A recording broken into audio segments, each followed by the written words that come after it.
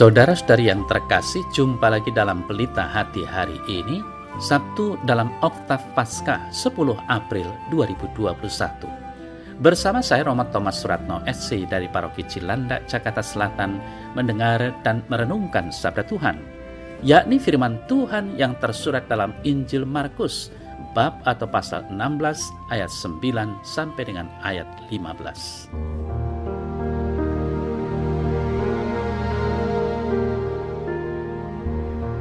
Setelah Yesus bangkit pagi-pagi pada hari pertama minggu itu, ia mula-mula menampakkan dirinya kepada Maria Magdalena. Daripadanya Yesus pernah mengusir 7 setan. Lalu perempuan itu pergi memberitahukannya kepada mereka yang selalu mengiringi Yesus dan yang pada waktu itu sedang berkabung dan menangis. Tetapi ketika mereka mendengar bahwa Yesus hidup dan telah dilihat olehnya, mereka tidak percaya. Sesudah itu ia menampakkan diri dalam rupa yang lain kepada 2 orang dari mereka ketika keduanya dalam perjalanan keluar kota. Lalu kembalilah mereka dan memberitahukannya kepada teman-temannya yang lain. Tetapi kepada mereka pun teman-teman itu tidak percaya. Akhirnya ia menampakkan diri kepada ke-11 orang itu ketika mereka sedang makan. Dan ia mencela ketidakpercayaan dan kedegilan hati mereka. Oleh karena mereka tidak percaya kepada orang-orang yang telah melihat dia sesudah kebangkitannya. Lalu ia berkata kepada mereka, "Pergilah ke seluruh dunia, beritakanlah Injil kepada segala makhluk."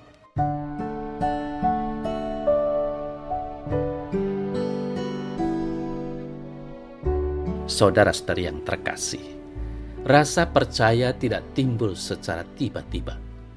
Percaya merupakan sebuah proses dinamis yang dialami dari pengalaman personal seseorang kepada orang lain atau kepada suatu hal tertentu. Demikian juga dengan para murid. Mereka sampai pada kepercayaan akan Yesus yang sudah bangkit karena mereka mengalami proses yang tidak mudah. Mulai dari rasa ketidakpercayaan atau mempertanyakan, mencari, dan akhirnya menemukan. Saudara-saudari yang terkasih, Yesus yang sudah bangkit tidak begitu saja bisa mereka terima, apalagi warta dari para wanita. Kabar dari 2 murid dari Emmaus pun belum sepenuhnya membuat mereka percaya. Ketika Yesus menjumpai mereka secara langsunglah para murid kemudian baru mendapat kepercayaan.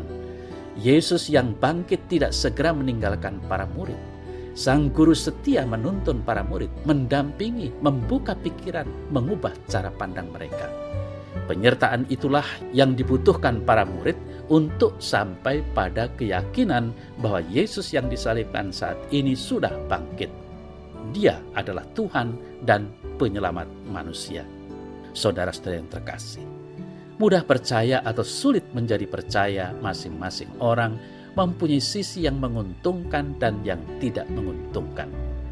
Orang yang mudah percaya kemungkinan hidupnya menjadi lebih aman.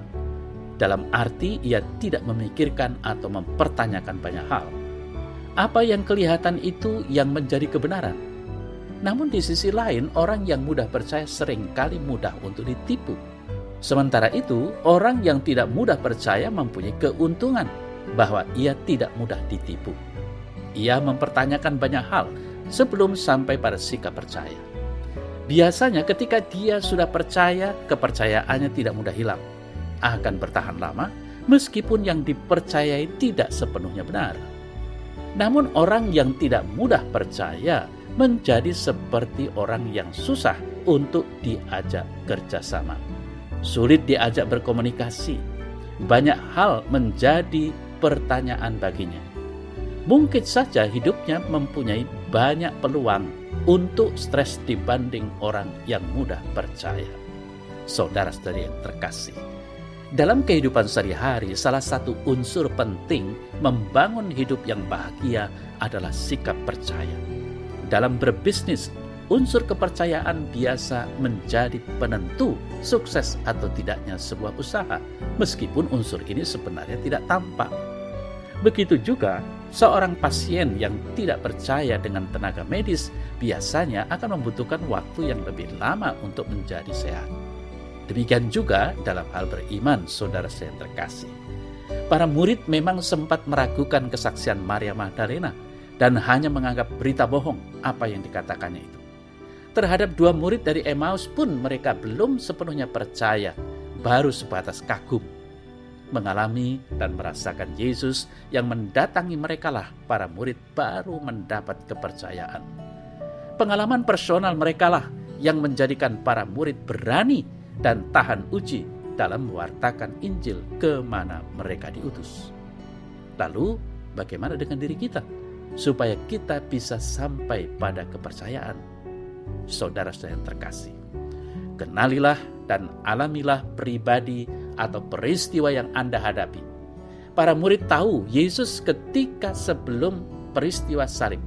Setelah kebangkitan, para murid semakin mengenal Yesus. Mereka mencari jawaban atas pertanyaan-pertanyaan keheranan mereka. Temuan para murid adalah mereka akhirnya sungguh percaya pada Yesus yang bangkit. Semoga ketika kita juga semakin mengenal entah orang atau peristiwa tertentu, hidup kita juga menjadi hidup yang dilandasi saling percaya. Terlebih kita semakin percaya akan kasih dan kebaikan Tuhan yang senantiasa menyertai kita.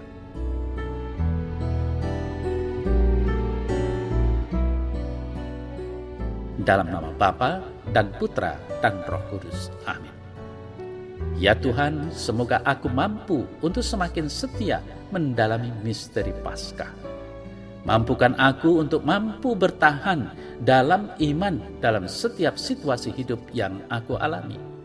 Tuhan, sertailah dan dampingilah hidupku. Semoga aku tekun bertanya dan mencari jawab atas pergulatan hidupku. Sebab Engkaulah sumber pengharapanku sepanjang masa. Amin. Dalam nama Bapa dan Putra dan Roh Kudus. Amin.